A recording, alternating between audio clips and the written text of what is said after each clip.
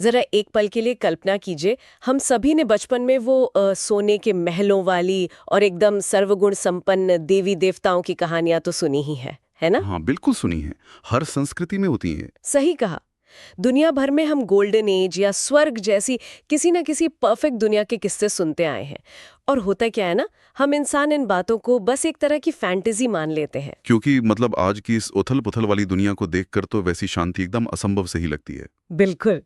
लेकिन आज के हमारे इस अध्ययन में हम जिस दस्तावेज पर चर्चा करने वाले हैं ना, वो इन सारी धारणाओं को पूरी तरह से पलट देता है। और सच कहूँ तो यही बात इस विशेष दस्तावेज को इतना खास और अलग बनाती है। हाँ, तो आज की इस गहरी चर्चा में हमारे पास 14 अप्रैल 2026 को मधुबन से जारी एक बहुत ही विशेष आध्यात्मिक संदेश है।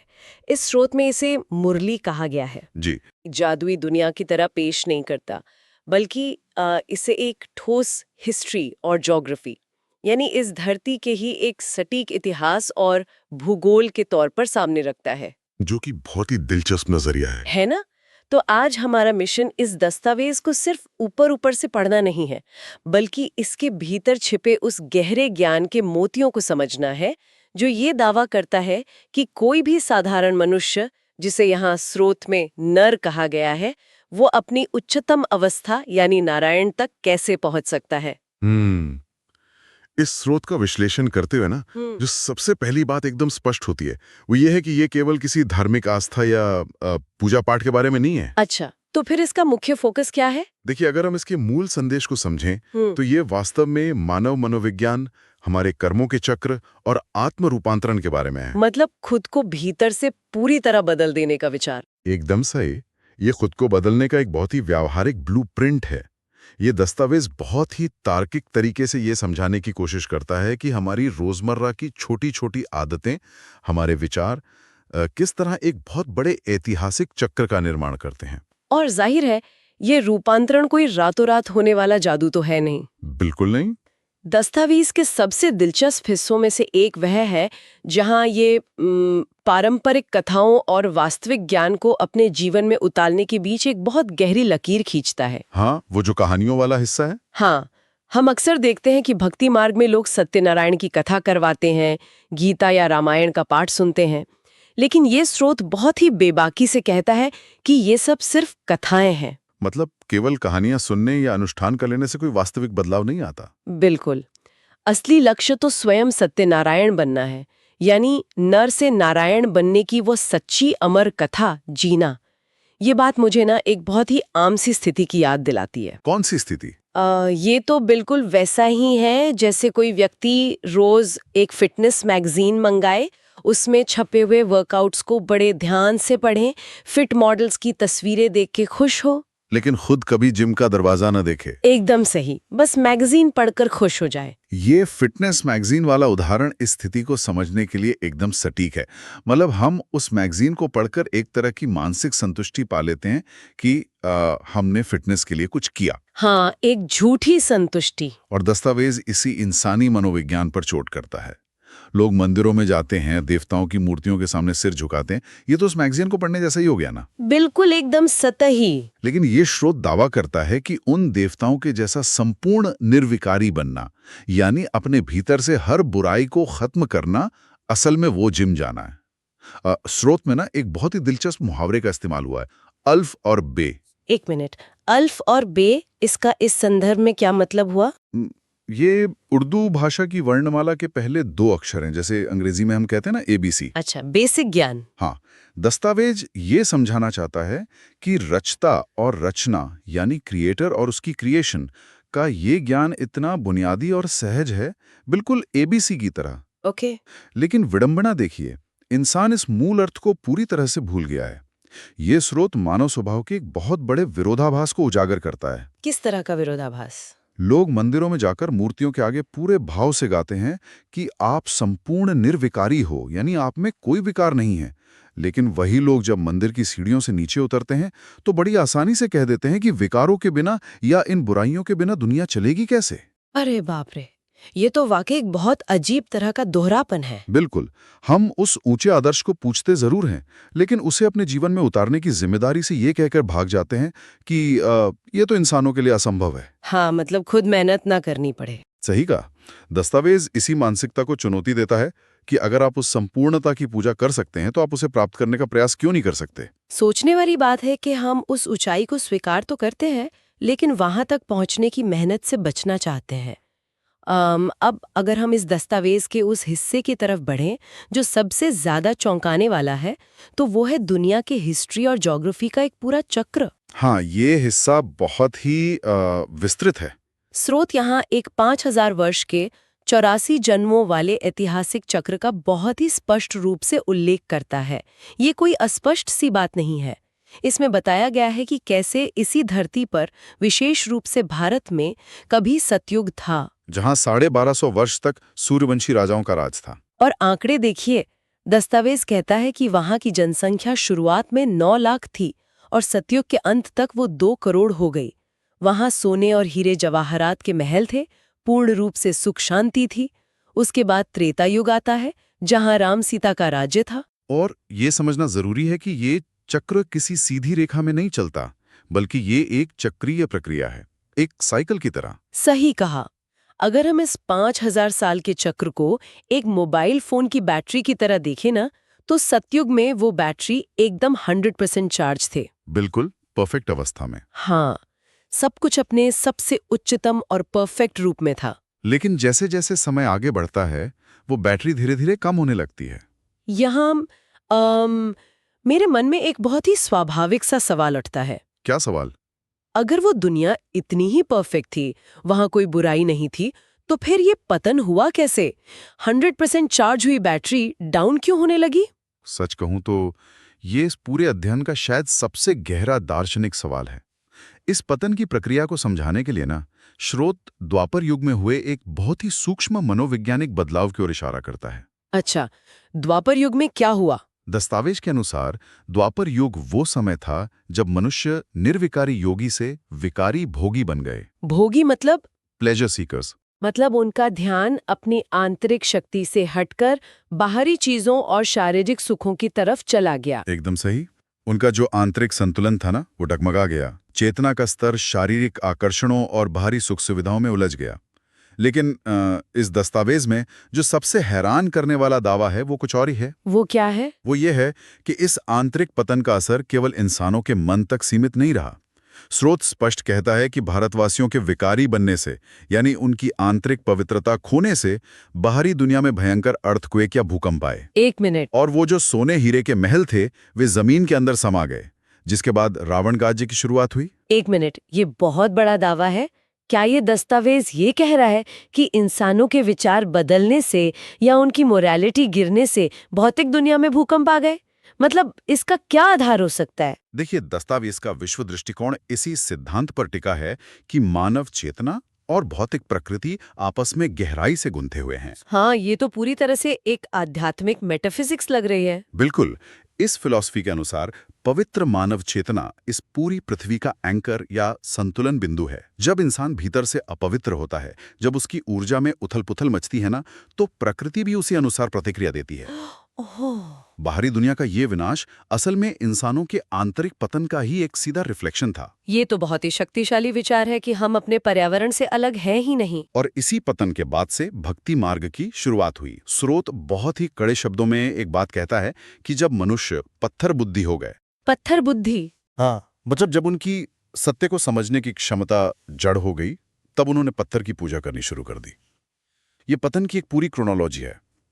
कैसे इंसान एक चेतन और जागृत अवस्था से जड़ता की ओर और अपनी आंतरिक शक्ति को भूलकर बाहरी दिखावे की ओर चला गया। ये पूरी टाइमलाइन सच में इंसान के पतन की एक बहुत ही तार्किक तस्वीर पेश करती है।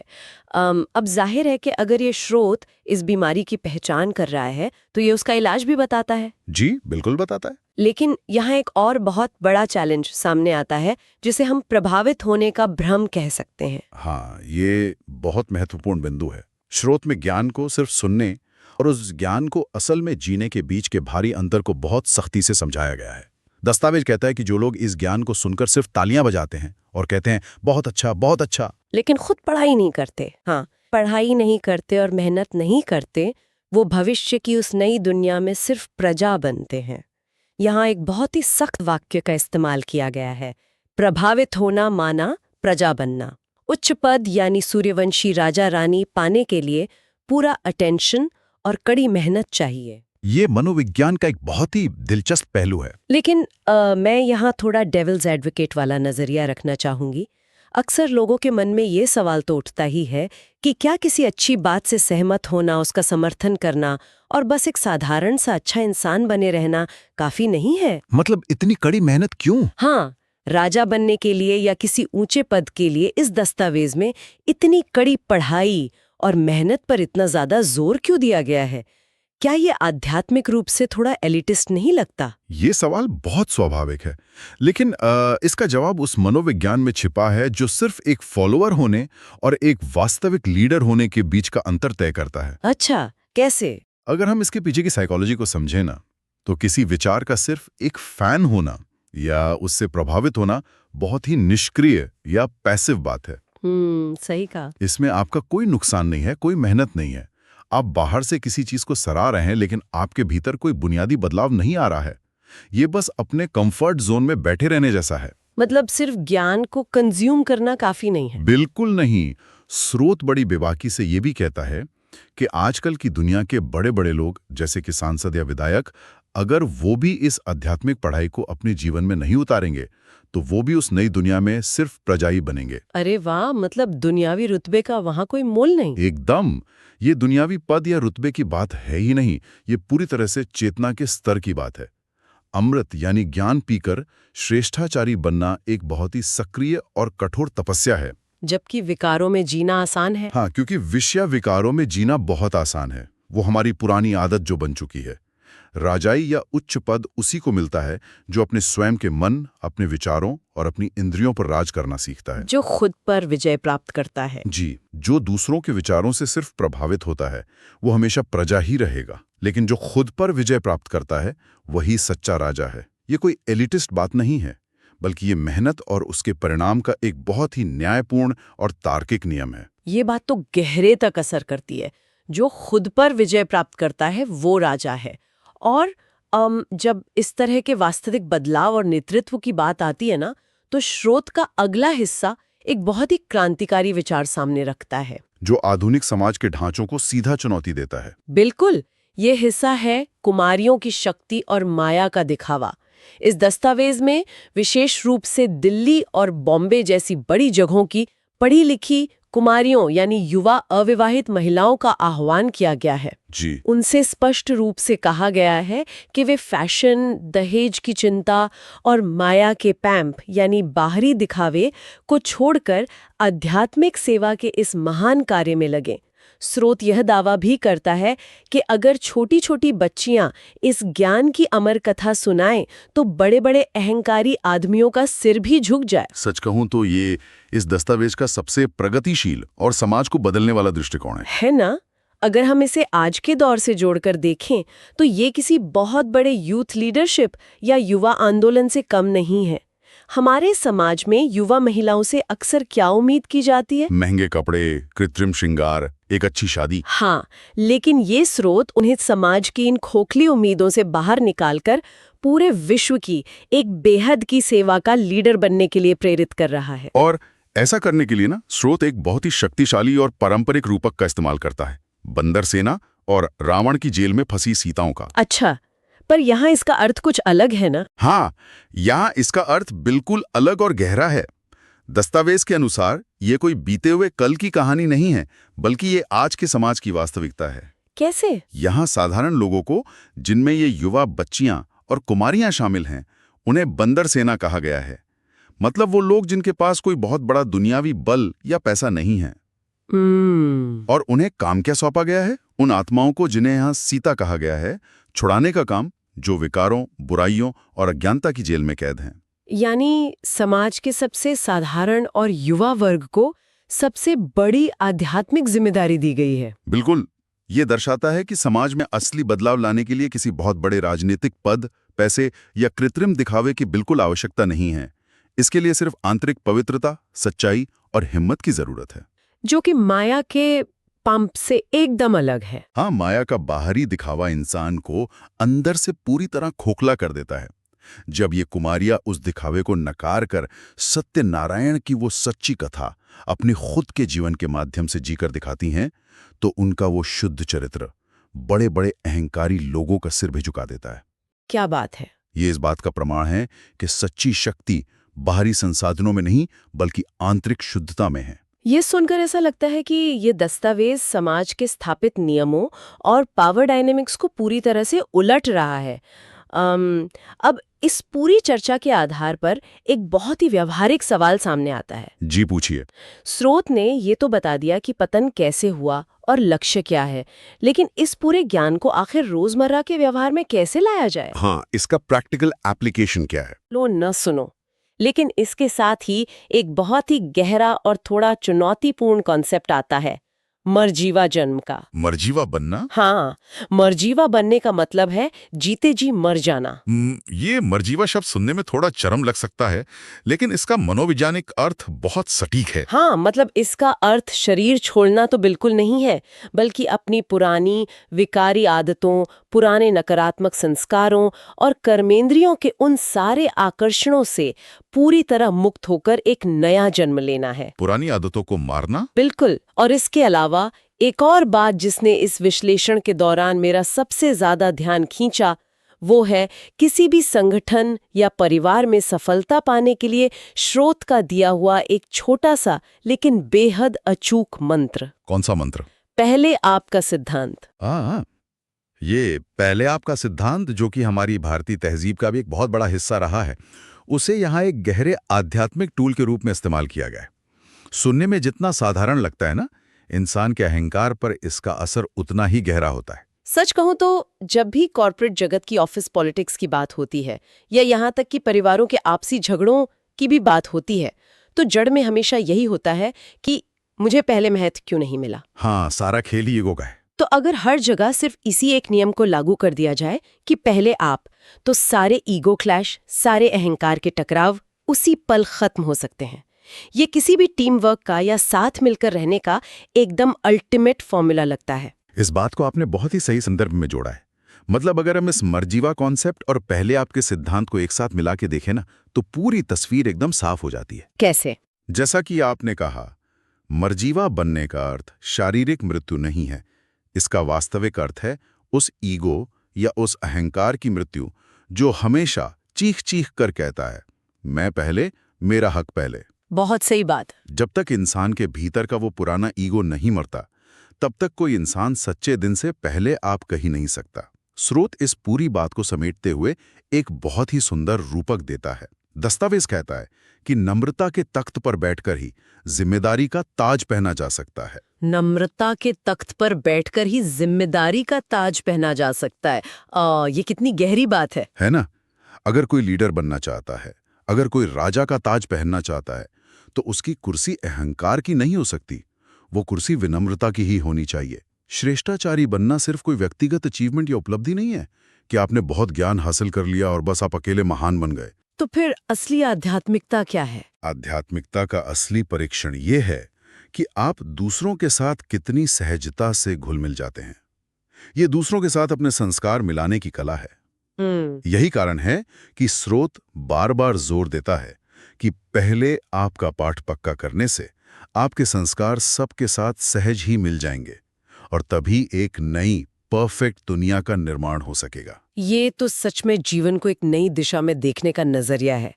तो अगर हम आज के इस पूरे विश्लेषण को एक धागे में पिरो कर देखें, तो ये बात बिल्कुल स्पष्ट हो जाती है कि 14 अप्रैल 2026 का ये मधुबन का दस्तावेज महज कोई धार्मिक कर्मकांड या सिर्फ स्वर्ग का कोई यूटोपियन सपना देखने के बारे में नहीं। बिल्कुल नहीं। ये अपनी पुरानी विकारी आदतों को मारकर, यानी मरजीवा बनकर, कड़ी मेहनत से खुद को नर से नारायण बनाने का एक बहुत ही स्पष्ट मनोवैज्ञानिक और प्रैक्टिकल ब्लूप्रिंट है। एकदम। यहाँ हमें यह समझने पर मजबूर करता है कि इतिहास और भूगोल सिर्फ किताबों में छपे हुए तथ्य नहीं है, बल्कि है हमारे ही सामूहिक कर्मों और चेतना का 5000 साल का एक चक्र है जहां हमारी आंतरिक स्थिति ही हमारी बाहरी दुनिया का निर्माण करती है। और श्रोताओं के लिए इन बातों की प्रासंगिकता ना आज के इस डिजिटल समय में कहीं अधिक बढ़ जाती है। वो कैसे? देखिए, आज हम एक ऐसी दुनिया में जी रहे हैं जहां सूचनाओं और विचारों की कोई कमी नहीं है। इंटरनेट पर, सोशल मीडिया पर हर तरफ ज्ञान है, ढेरों अच्छी बातें हैं। ये स्रोत हम सभी के सामने एक बहुत बड़ी चुनौती पेश करता है। चुनौती? कैसी चुनौती?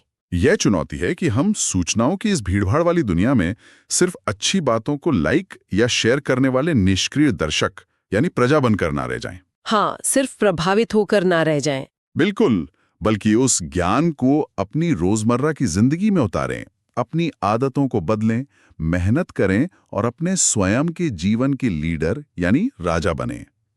यह दस्तावेज हमें माया के पांप और बाहरी दिखावे से बाहर निकलकर अपनी वास्तविक आंतरिक पवित्रता और विनम्रता पर काम करने का रास्ता दिखाता है।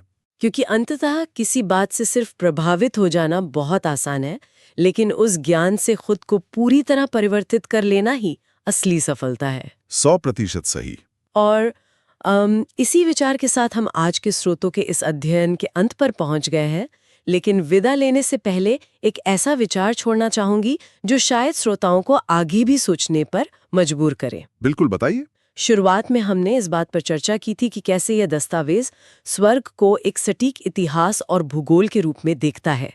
हमने ये भी विस्तार से समझा कि कैसे मानवीय आदतों और चेतना के पतन के कारण ही वो सोने की महल जमीन में समा गए, प्रकृति में उथल-पुथल हुई और रावण राज्य की शुरुआत हुई। हाँ, जो कि एक बहुत ही गहरा सिद्धांत है।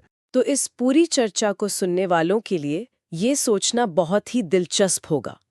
अगर मानव इतिहास का ये पूरा पतन, बाहरी दुनिया का ये विनाश हमारी अपनी ही पुरानी और विकारी आदतों का नतीजा है, तो क्या इसका उल्टा भी सच हो सकता है? हाँ, तो क्या आज इसी पल अपने जीवन में सिर्फ एक पहले आप की विनम्र आदत को पूरी ईमानदारी से अपनाकर इंसान अपने खुद के भीतर और अपने आसपास के माहौल में एक नए सतयुग की नींव रखना शुरू नहीं कर सकता? ये वाकई एक ऐसा सवाल है जो किसी को भी अपने दैनिक जीवन के छोटे-छोटे फैसलों पर फिर से विचार करने के लिए प्रेरित करेगा। इसी गहरे सवाल और विचार के साथ हम आज के इस विश्लेषण को यहीं विराम देते हैं। इस सफर में हमारे साथ जुड़ने के लिए और इस गहरी चर्चा का हिस्सा बनने के लिए बहुत-बहुत शुक्रिया।